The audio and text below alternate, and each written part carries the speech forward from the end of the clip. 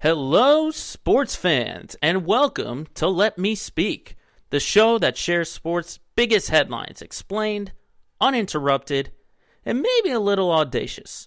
I'm Joe Braverman, and today's topics we'll be discussing are: is there truly a double standard going on right now in the NBA? Plus, diagnosing the latest news and rumors surrounding the NFL offseason. And with spring training on the horizon, who are the teams to watch for in the MLB?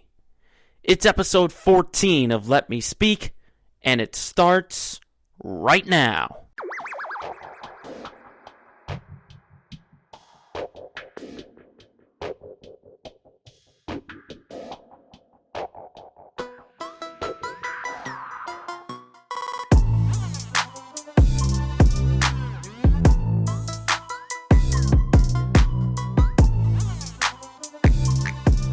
Coming to you on Thursday, February 18th, 2021, the newest edition of Let Me Speak. Now, this is usually the time where it gets a little bit quiet. We've had the Super Bowl NFL season starting to slowly get into an off season, and then obviously the NHL and the NBA getting underway. But there's a lot of stuff to talk about, so let's get right into it. And the biggest headline that's been dominating the news over the past, I'd say, 48 hours, has been the comments recently made by Golden State Warriors forward Draymond Green. Now, this is all relative to what the Cleveland Cavaliers are doing with their center, Andre Drummond, having him sit and not be active for games until he is moved, either before the trade deadline or at the trade deadline. Now, it's been a highly debated topic going on, and I figure why not get into it, as Draymond Green's comments on this situation is the subject of this week's Hot Takes. Oh, hot, hot, hot, hot! Hot, hot, hot, hot, hot, hot! So, to give you an overall summary on this, is that Draymond Green, he went on probably a good 3-minute rant on this, but I'll just highlight what it was all about. He was talking about how he doesn't like the treatment of players by organization when it comes to possible player movement or any kind of trading if players ask for a trade. And he cited a lot of scenarios that have happened in the past. Now, I'll start with a disclaimer that overall, I'm not a big fan of Draymond Green. With the kind of play that he has, his complaining on every single call that goes against him, his style of play, his demeanor a little bit, not the biggest fan of it. But when it comes to this situation that we're dealing with, if we're talking about a double standard, I think he's got a great point in what he's talking about. He makes some great points. Now, let's go through the scenario that we're talking about. Andre Drummond, he's not going to play in any games just because he wants to get moved. Now, you understand it from an organization standpoint of you don't want him to get hurt and diminish his trade value. But at the same time, Draymond Green said a lot about mental health too, talking about the Kyrie Irving situation. You got to talk with a player on that one.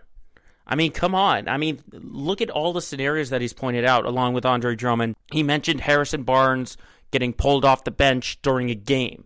DeMarcus Cousins, while he was at a press conference after the All-Star game. Anthony Davis, Kyrie Irving, James Harden. I mean, players do deserve some kind of respect from management. They really do. Because when you look at what management has, there have been maybe, I'm just estimating here, over 1,000 players to have played in an NBA game. Probably more than that. Probably much more than that. And so management, they build a new team every single year. So it's never going to be the same 15 or 16 guys that you see in every single year. It's not going to be the same team year after year after year. You'll have the same players, but it's not going to be the same 15 guys all the time. So management will just see these players as expendable, like they're objects, basically, because they are so movable back and forth when you're trying to build a team for success. But the big thing about this, though, is that there just needs to be better communication better communication between players and management, and at least have that sort of respect before you go out and you make these moves. Like talking about hearing all these players find out they're getting traded or they're getting released or they're signing somewhere via social media through all these insiders like Adrian Wojnarowski. Like, no, that is totally unfair to these players. Completely unfair. So communication between management and players has to be the number one priority when it comes to this kind of double standard. Because before any kind of moves get made, or before you're going to finally hit the trigger and say, we're going to trade you or we're going to cut you, you have to at least meet with them face to face, then release it to the public. And I understand that insiders, their job is to get the scoop before anyone else. But there still has to be that sort of level of respect between owners, general managers, coaches, and all that, and their players. Because management has this sort of authority that players don't, as Draymond Green alludes to. Because when you see guys like Anthony Davis or James Harden publicly request a trade, as he says, you get fined for that. So I really think that if they do go out and they make this trade, they shouldn't be viewed as the bad guy. They shouldn't be viewed as the bad guy. It's only a problem if management comes out and says, oh, him requesting this trade in public is the problem, and it's going to unset some people. Like, they shouldn't be shunned for wanting any kind of movement. And I know for a fact that these players aren't trying to create any kind of dysfunction. They're not trying to create any dysfunction. They're just trying to think about their future, what's best for them, what's best for the team. I know this for a fact. It might be a little selfish, but they're doing what they want. Now, on the other side of things, you know, Draymond Green, as I said, he makes some great points, but you have to look at every single situation that's happened in the past. Because every situation is different. Take the recent one with Andre Drummond and Cleveland. Cleveland has always been a mess under Dan Gilbert, okay? With LeBron James leaving in 2010, then coming back, the mess that they had at their general manager position with David Griffin and all that. It's just a mess. And then with Dallas' situation a few years ago where they traded Harrison Barnes when Barnes was on the bench in the middle of the game, and he found out. Those situations are the fault of management. That's all on management. Now, for situations like James Harden, or for Kyrie Irving, or even a few years ago with Jimmy Butler, I would call that on the fault of players. Because the way this is that, yes, these guys are made to look like the bad guy, but there needs to be a sense of professionalism with these players, a sense of professionalism. Okay, James Harden, you can publicly request a trade, but you can't be deliberately, I'm trying to find the right word, you can't deliberately sabotage your team. Like, you should be professional, go out and play regardless of any kind of trade rumors. You don't purposely get yourself out of shape. You don't purposely put on extra weight so you're not that elite player that you were, just to sabotage your team. And I understand Houston was saying, oh, we're going to hold on to him as long as we want. He still eventually got his wish. But Harden sabotaging that in his own way is all on him. And then with Kyrie Irving, when he had to take a few games off, and he cited his mental health, he needed to take a break, he should have just said that right off the bat, rather than just leave us guessing and diagnosing all these social media posts and wondering, oh, he pulled a Dennis Rodman. Where did he go? He needed to communicate, maybe with the press, maybe with management, that he just needed a few games off. He needed some time off. Because I do agree, mental health is extremely important when you're in a spotlight like the NBA. So if Kyrie could have just communicated that sooner, then he might not have been the bad guy. And with Jimmy Butler, I mean, the thing that he did in practice, he should not have been outspoken. You need to have a sense of professionalism while you're playing. All right? You need to continue to go out and play on the court. That's why the recent situation with Detroit and with Blake Griffin, I think that's the perfect scenario between player and management understanding each other. Okay, because both the Pistons and Griffin mutually agreed to sit while they're discussing a buyout or any kind of trade option. And then you see Blake Griffin acting with a sense of maturity and with class, saying like, oh, I completely understand it and I respect it. Thank you to the Pistons organization. See, that's good communication right there. Whereas with the Cleveland situation with Drummond probably had to find out about this via social media or stuff like that. So the Detroit situation is exactly what you want between communication with players and communication with the organization. So Draymond Green, he's got some good points, then he's got some points you have to wonder about. But this is going to be a topic for a long time to talk about. The possible double standard that needs to be changed in the NBA.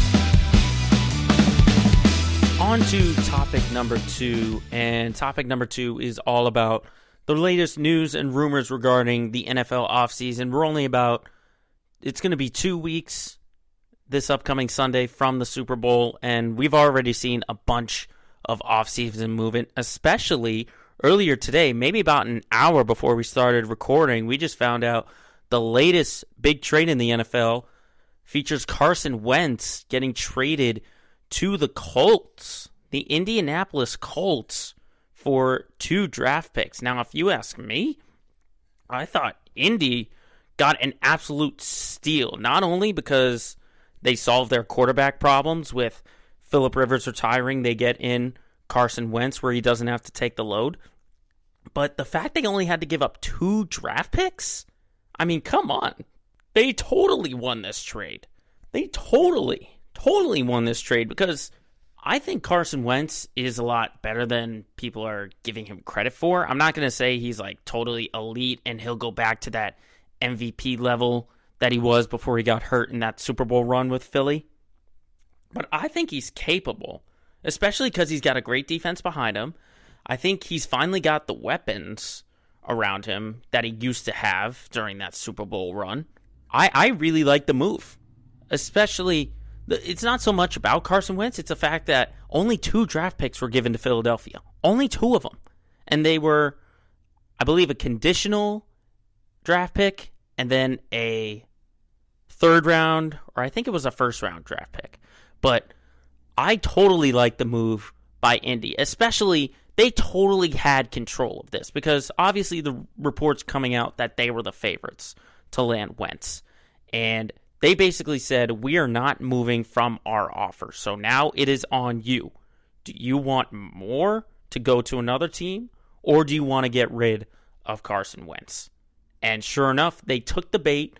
They shipped off a quarterback, and they only got 2 draft picks in return. So I'm not sure exactly what Philly has got going on. Maybe their answers come in the draft when it comes to April. But I totally in favor of Indianapolis winning this trade. I could even look 2 years from now. I could see 2 years from now that Indy would still be the favorites in pulling off this trade, and that they would win this trade. I mean, 2 draft picks for a guy that still, I think, has the skills to be a starter in this league. I'm riding Indy, and I would not be surprised if they make the playoffs once again. I would not be surprised at all. But the other big name that's out there on the market is J.J. Watt. Now, from the last time that we had recorded this, news had come out that J.J. Watt will be released by the Houston Texans. And you know what? I've said it for weeks and weeks and weeks. It's about time that Watt goes and starts ring chasing. He should have gone ring chasing a long time ago. So Houston, it's obvious that the Texans are going on a full rebuild, whether that be with Deshaun Watson or not. And obviously, we'll talk about Watson in a future episode. But I think you're seeing it now. J.J. Watt is still being coveted now like he was a multiple defensive player of the year, like he still got it. Because I think he still got it. He's still got the talent to be a difference maker. And I truly believe that Watt should be ring chasing. So he should only be looking at contenders. So sorry to Pittsburgh and the Watt brothers, and sorry to New England.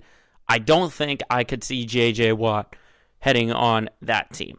There are a couple teams that did kind of pop into my mind as possibly being a little sneaky dark horse to land the defensive end.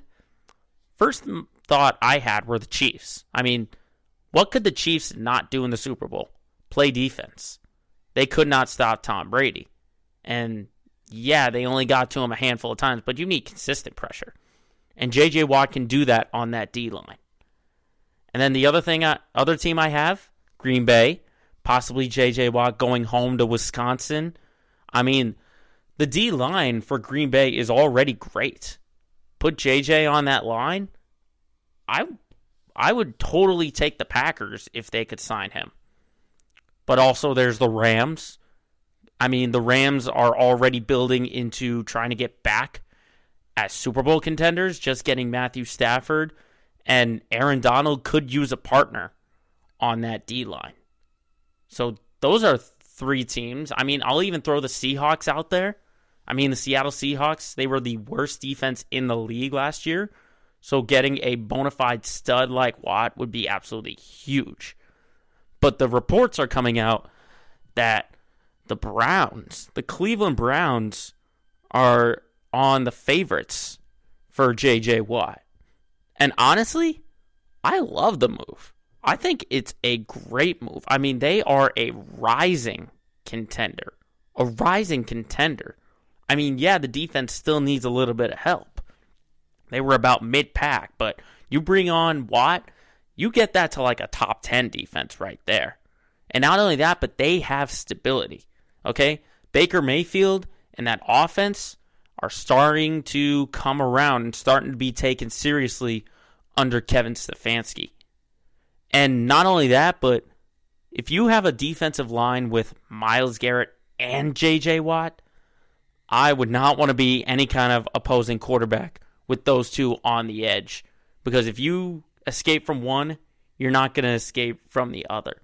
So I could totally see why the Browns would be so high on Watt's list. And it will be very intriguing to see where J.J. Watt goes. Because I think Watt still has that magic. And whichever team he goes to, he's going to be that difference maker. Because not only as a player, but as someone in the locker room who just loves to play the game of football and goes after it and is such a humble human being, I would totally see J.J. Watt as a difference maker no matter where he goes.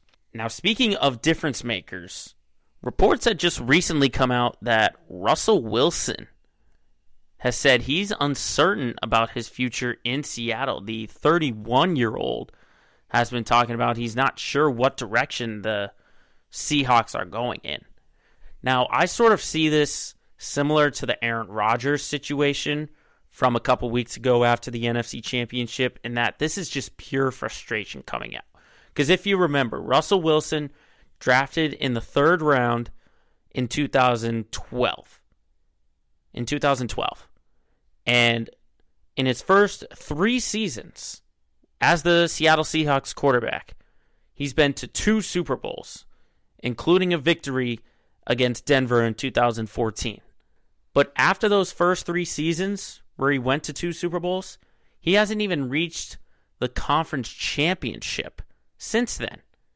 He's only sniffed out the divisional round, the wild card, missed the playoffs, I think once or twice. So this is totally frustration, I think, with Russell Wilson. I mean, 2020, I will say this past year wasn't entirely his fault. Yeah, he didn't have a great game playing against the Rams. But like I said before in talking about their defense, they had the worst defense in the league.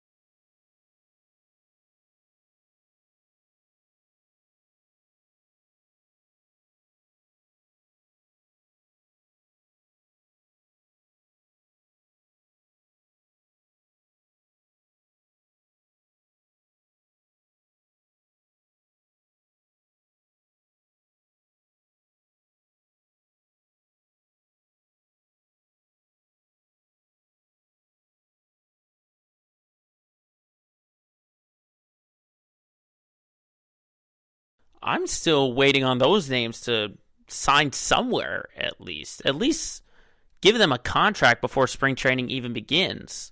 So, obviously, with them aside, we'll do a brief preview on what the MLB might look like. And I think to start, the Los Angeles Dodgers, the defending champs, I think they still remain the favorite. They did no such thing to take a step back.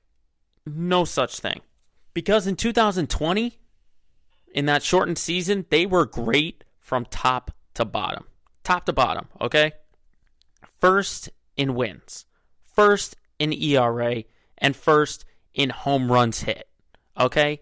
And don't forget the addition of the NL Cy Young Award winner, Trevor Bauer, okay? That is a stacked pitching rotation right there.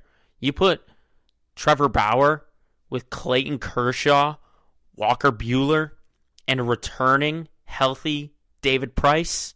I mean, come on. That is a formidable rotation that you got to go against. And not only that, but look at the bullpen. They improved with Corey Knebel and Tommy Kahnle. That bullpen shored up. And they got some backup for Kenley Jansen. That closer does get some relief of his own. And then the lineup, I mean, it's just power hitter after power hitter. You don't see any kind of weakness in this lineup. I mean, Mookie Betts, Max Muncy, Cody Bellinger, Corey Seager, re-signing Justin Turner, absolutely huge. And unless I see it on the field and it gets proven otherwise, the Dodgers should be the favorites to repeat. They should be the favorites, considering they added a Cy Young Award winner. Not a past Cy Young Award winner, the past year's Cy Young Award winner. I love that move, and I don't see anyone knocking off the Dodgers.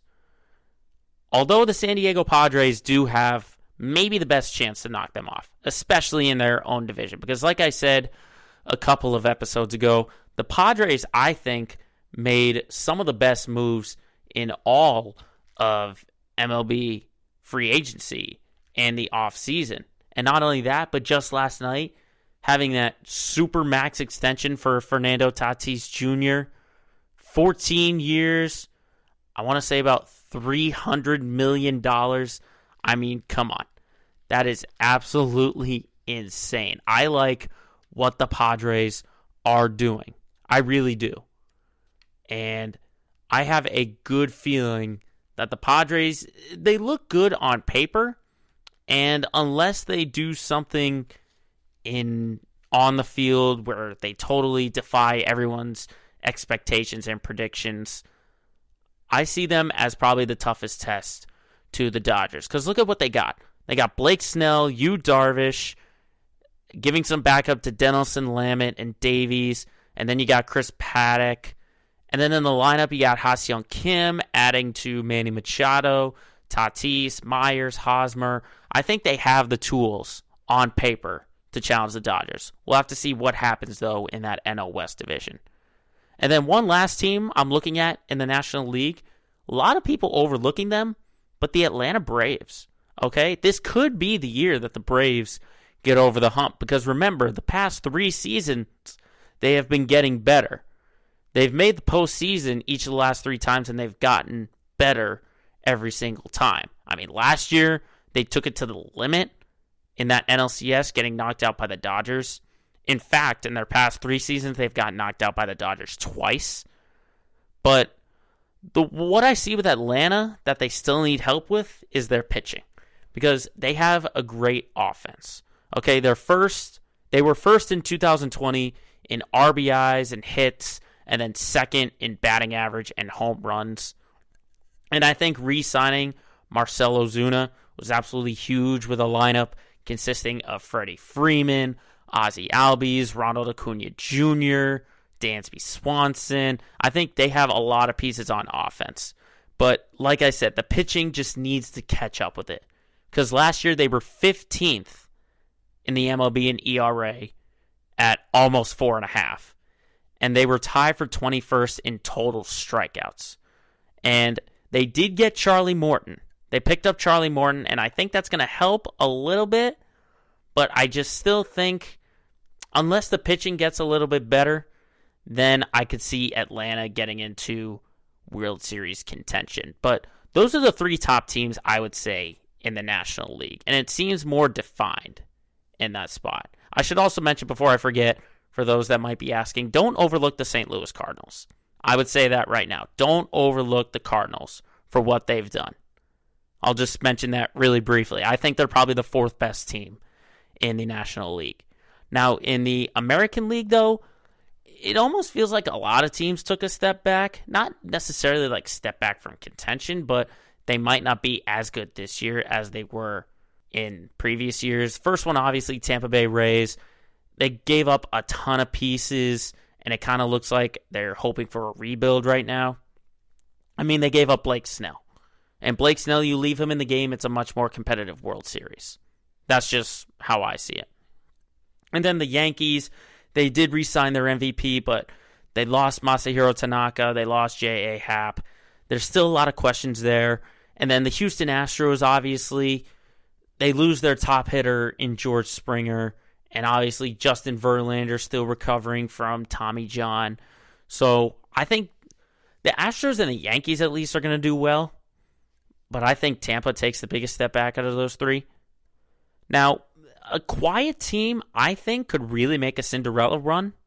The Minnesota Twins. How about the Twins with some sneaky good moves this offseason? First off, re-signing Nelson Cruz. I understand he's 40, but he's your designated hitter. All you need him to do is hit home runs, and that's what he does. He's very coveted, and I thought the Twins did a great job in re-signing him. Not only that, you bring in Alex Colome from the White Sox, you get J.A. Happ, you get Sean Anderson, and then in the lineup, Andrelton Simmons. I thought probably some of the best moves in the offseason in the American League. And don't overlook Kenta Maeda. Okay? He could have a Cy Young year this year. In that shortened season, he went 6-1 with a 2.70 ERA in 2020. Okay, so he could have a great year and carry that pitching. And then in the lineup, I mean, you've got a ton of power hitters with Miguel Sano, Byron Buxton, Max Kepler, Josh Donaldson.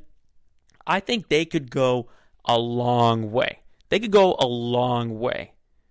And I could definitely see the Minnesota Twins kind of being like Tampa last year, being a top team that no one's really paying attention to and maybe not taking seriously. But if they maybe get to the LCS or even the World Series, I would not be surprised considering the moves that they would make. But hey, we're only talking before spring training has even begun. There's still plenty of more stuff to happen before the MLB season kicks off in April.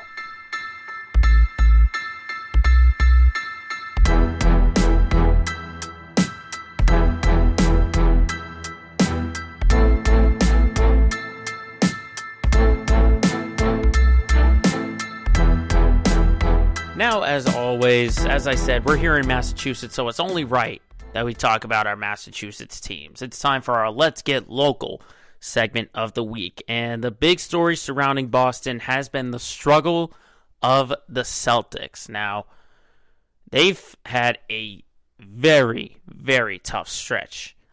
I want to say they've went 4-8 in their past 12 games. And they just had a really tough schedule. That's how I see it with this team. Not only that, but they're still not healthy. They're still not healthy enough to really be contenders. Now, do they need to make a move? Yes. But I think it's just showing how important Marcus Smart is to this team, especially defensively. I mean, last night against the Hawks, they could not stop Trae Young. Could not stop him. Okay? And look at just look at the stretch that they've been going on. Really, it started once they went on the West Coast. They've only gotten wins against Golden State, the Clippers, the Raptors, and the Nuggets. And they were pretty decisive. But we're dropping games. We're seeing games get lost to the Kings, the Suns, the Jazz, the Pistons, the Wizards, and now the Hawks to set them at 14-14 where we start. Now, the good news is they do get to play Atlanta again. So I'm sure they're going to shore up a few things because they just had a really tough stretch at the beginning of that second half and the beginning of the fourth quarter. They did make a game of it near the end, but still, they just need a lot of help. And as much as I talk about it defensively, it's all about the depth. As I say over and over and over again, is that this team is lacking in depth. Like I said, even before the season began, this team just still feels too young and don't have the quality talent coming off their bench yet. They're just still too young. And what did I see in that Nuggets game that was different? Ball movement. They were just that's the foundation of every single Celtics team that is successful, is ball movement. And they're just getting away from ball movement. They're getting away from defensive communication. I mean, it's just a tough stretch. Now, I don't think the sky is falling because I think they'll right the ship. They'll get Marcus Smart back. We'll see Kemba Walker start to get a little bit more healthy and play in some more consistent games because he didn't play in that Atlanta game. I fully believe if he did, the Celtics would win that.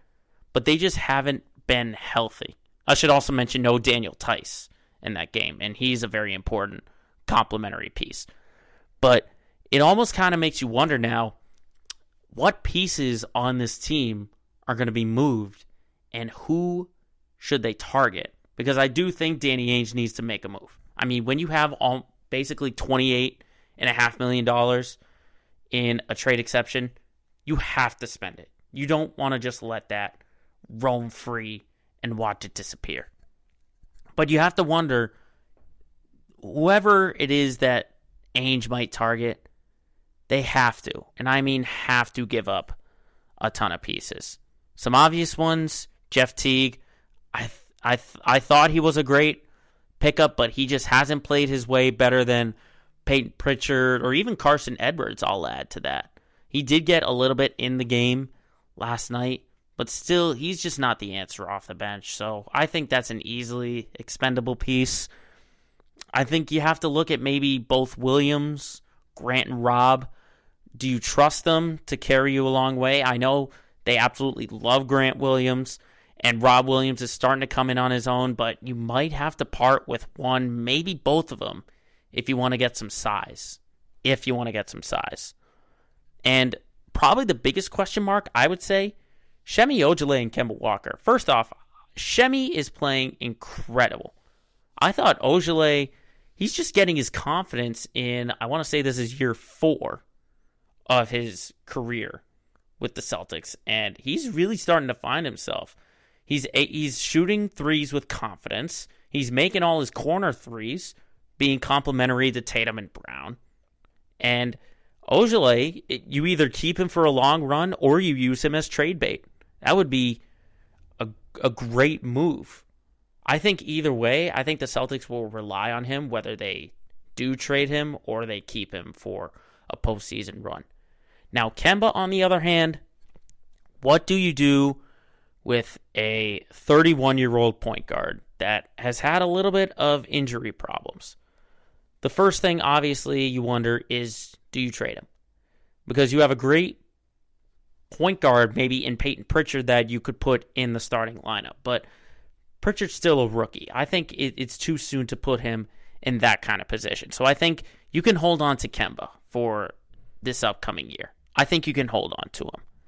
Now, some of the names that the Celtics maybe, I think, should inquire on, maybe not make a move, but inquire on. I think Blake Griffin, you have to wonder about him. I think you have to talk about Andre Drummond, if he's out there. And then maybe J.J. Redick throw in there.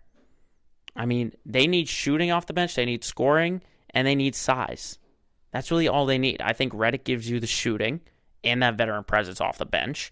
And I think Blake Griffin, Andre Drummond, they give you that size. And with what Blake Griffin has gone through and the dramatic drop that he's had since his All-Star days with the Clippers, I think that would be a nice move to pick up whether it's through a trade or if he gets bought out. I did have John Collins on this list, but in talking about the game last night, he's a great piece, but if he's turning down a $90 million extension, you know he's going to want to stay, and obviously you're going to have to give him everything but the kitchen sink in Atlanta. So I think maybe you have to stay away from John Collins. I did have a name that I didn't write down, but I just thought about it before I started. Al Horford. I mean, why not get a little reunion going with him on a rebuilding Thunder team? They're looking to go young. The Celtics have a lot of young pieces that they could give up for Al Horford. And Horford fits every single category of what they're looking for. Size, shooting, and defense. He provides you all three of those things. So I would definitely listen to phone calls and see if Al Horford is available. But I mean, we haven't even hit April. We haven't even hit March. We haven't even hit April. And if they're still struggling, then it's time to hit the panic button. Now, speaking of teams that are not hitting the panic button, Boston Bruins just continue to roll. I mean, they did lose on Saturday to the Islanders, but that was their first regulation loss since January 18th. That's absolutely incredible. And I know that I've said that they need to get some 2-goal wins or some 3-goal wins or something like that, and they're good, but I just think this is going to be the team that's really going to be the grinded out team where they're going to get points in games that they shouldn't be competitive in. They're going to force them to overtimes and shootouts and stuff like that. What is really fascinating to me is that they haven't lost in the TD Garden yet. They've played 4 games. They've won all 4 of them. So I'm very happy to see what the Bruins have got going on right now. And I'm really looking forward to this Sunday's matchup where they're going to play the Flyers in Lake Tahoe. That's going to be so fun to watch this upcoming Sunday. I mean, if you've seen the photos of what the rink looks like in Lake Tahoe, it is amazing. It's a spectacle out there. And even if the Bruins lose, I'm just going to enjoy the scenery about it. Because if you've ever been to Lake Tahoe, it's a tremendous place. Put an ice rink out there, it's incredible. But I think the Bruins will handle their business. I think they'll beat the Flyers this upcoming Sunday. Obviously, they've got the night game tonight, taking on the New Jersey Devils. But, I mean, they're sitting in first place in the East right now. And unless they take a catastrophic tumble, I don't see them going anywhere. The question is, though, can they make it in the postseason? Can they do what they're doing now in the postseason? I think they still got to have some dominant wins. They got to have some statement wins. But like I said, it's still early for the Bruins and for the Celtics. We'll have plenty of more answers come postseason time.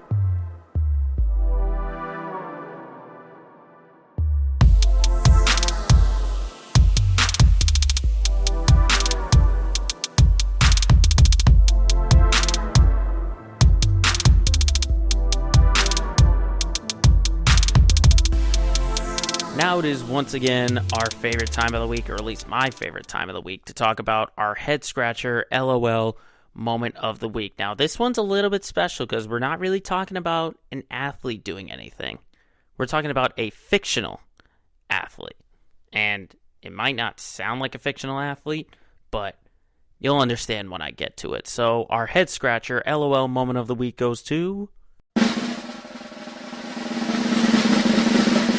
Adam Sandler. The actor has made it. So you're probably wondering, he's not an athlete, but he played an athlete. Let me give you the basis of why he's on this LOL moment of the week. If you didn't know, this week was the 25th anniversary of Happy Gilmore, okay? One of my favorite movies. I think a lot of people's favorite movies. I know I have a lot of friends who aren't the biggest fans of Adam Sandler, but I definitely am a fan of Adam Sandler. And if you saw the videos surfacing on social media, Adam Sandler still got it. He's 25 years later. He can still smoke the Happy Gilmore golf swing. Can absolutely smoke it. I mean, he still got it at 54. I was very shocked to learn that he was 54 years old. That is old, and he absolutely smoked it. And what's funny is that you would think that there'd be at least one guy on the PGA trying this out, but apparently it's too risky. It's too risky, and Adam Sandler still got it. He's still got it. Now, what else makes this list is the response to Sandler. Because if you saw the video after the swing and the hit, Sandler called out Shooter McGavin. And he's Shooter McGavin to me. I know his actor name is Christopher McDonald, but he's Shooter McGavin to me. And he responded with a tremendous video doing the old putting inside the finger gun sort of salute that he did in the movie. I just thought that was great to honor the 25th anniversary of one of the greatest sports movies out there in the world. Now, it's all building up to what I think should ultimately happen, and that is Happy Gilmore 2. Let's get Happy Gilmore 2 coming on. I mean, there are so many iconic lines from Happy Gilmore. I mean, when he's a hockey player, when he's fighting with Bob Barker, and he says, "The price is wrong, bitch." And just a ton of great moments. I'm very surprised with the age of movie making that we're in, where it's just nothing but sequels, prequels, remakes. I'm very surprised they have not made Happy Gilmore 2. Even if it was about the senior PGA Tour. Both of them are on the seniors tour, and Happy Gilmore still getting smoked. Or if he had a kid, and he was, I don't know, maybe getting a running start as a pitcher, or getting a running start swinging a baseball bat. I don't know. I'm very surprised that it has not been Happy Gilmore 2. But then again, I'm not a genius in any kind of that stuff, so I don't know why studios might not be doing it. But this is just a nice little happy, little fun moment for Happy Gilmore, because 25 years after one of the greatest movies. Just a special tribute here at Let Me Speak to honor Adam Sandler and Christopher McDonald, Shooter McGavin, as our head scratcher, LOL, moment of the week.